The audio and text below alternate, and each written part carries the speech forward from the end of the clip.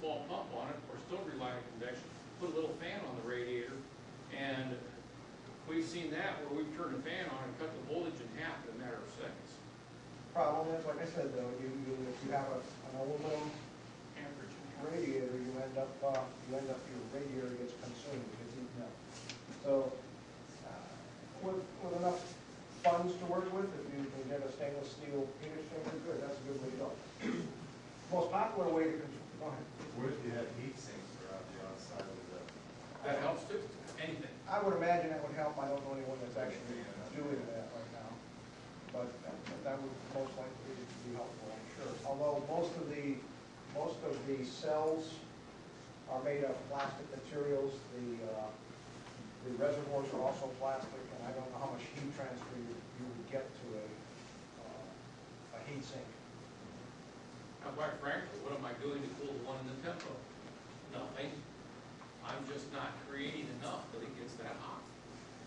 When you like it. The most popular method for controlling current now is electronically, and people are using pulse width modulators. A couple of examples here. Well, you know what pulse width modulation is, running the duty cycle. So by doing that, we can control the amperage flow. And it still works very well. We pulse it rapidly enough that the generator puts out continuously. These are two examples. They're actually made by the same guy. They're just slight variation. These are current sensing. This is a nice design. What this will do is when you first install it, you set it up via meters to the maximum current you want it to draw. And when your cell begins to generate heat and starts to warm up, as it warms up, the current draw will increase. When the current draw increases to the point that it gets to the preset, this will automatically start folding back the duty cycle, the amount of pulsing that feeds the cell, and it will hold the amperage at your preset current. So this seems to be the most popular way to do it right now, and it's very reliable.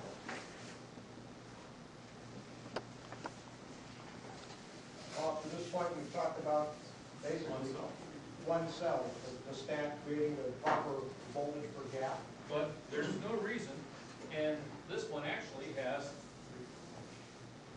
I see two. Get it, wait, look.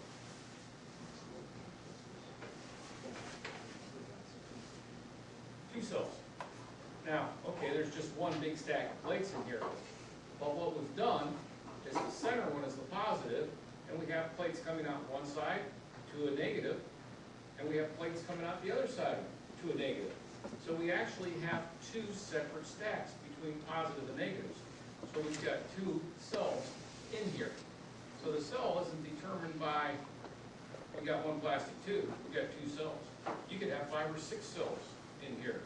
And the more cells you produce or make, the more gas it's going to make. Of course, the more current you're going to draw too.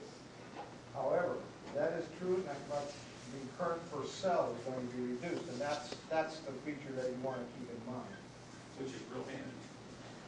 This one? If I'm following you right, we're talking about the volume of gas being produced is going to depend on electricity, and that's going to fluctuate during different times.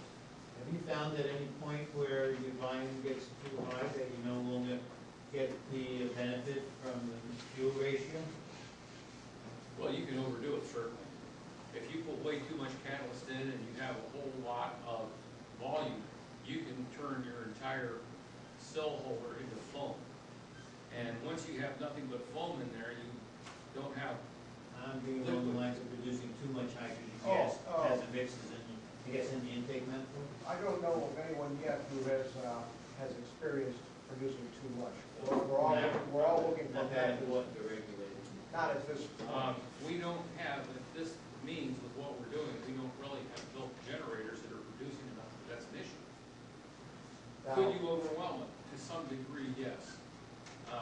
You can run, and we have here at the college, run an engine strictly off of the gas generator off one of these. We made a rather large one It wasn't a high quality one, it wasn't gonna last a long time, we made it out of some cheap stuff.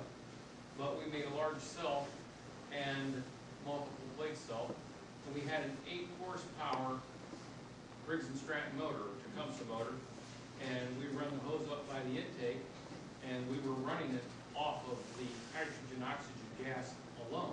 There was no gasoline or anything running in this motor whatsoever. No. The problem is, if you are making enough that you're feeding that much hydrogen and oxygen into your engine, is it gonna idle? When you get to the point where you can't control it, you're just producing a lot of power, and you can't make it idle, well, then it's not practical for you to do it. RPMs are gonna increase on their own, Yeah. based on how. Well, like that Camaro went from 600 to 800 RPM, Now, there are, just a standard Now, carburetor. wouldn't that be regulated by the size of the feed line going in through the line? To a point, but keep in mind, it's a light gas, you can increase the velocity of the gas going through there quite a great deal. you can push a lot of it through a small opening. Now, there are people developing circuitry now that have RPM sensing, pulse width modulators will control the duty cycle of the modulator via RPM out of the OBD2 port, where when the car drops back to an idle, it will fold back the duty cycle and drop your production down. When you come off idle and your RPM starts to go up again, the duty cycle rises and creates more gas. There aren't too many, this is all what we call this brute force electrolysis. We're just hammering these things with some serious current. And there are limits to how much we can produce by doing this. Let's talk about this a little bit, and then I'll tell you how some people I know are looking at some ideas to take this to the next level. Can I throw one more quick thing in here? The reason I have mine set up for 15 amps on the tempo is because I have an alternator that produces 100 amps. When I turn on everything in that car, it draws 65 amps. If I have 15 more going into it, that means I'm up to 80 amps. The alternator can produce 100. As you all know, if you're producing maximum all the time, you're gonna burn up that alternator. When you're running about 80%, the alternator can go for a very, very long time without any stress. Now, it's not likely that I'm gonna be drawing 100% of what that car is capable of all the time. And for that short period of time, with my other amperage I've got left over, you know, I kinda like to charge my battery back up after I start the car. So if I'm running everything in the car, I can still charge my battery by pulling 15 amps with my generator and not overstress my system and fry my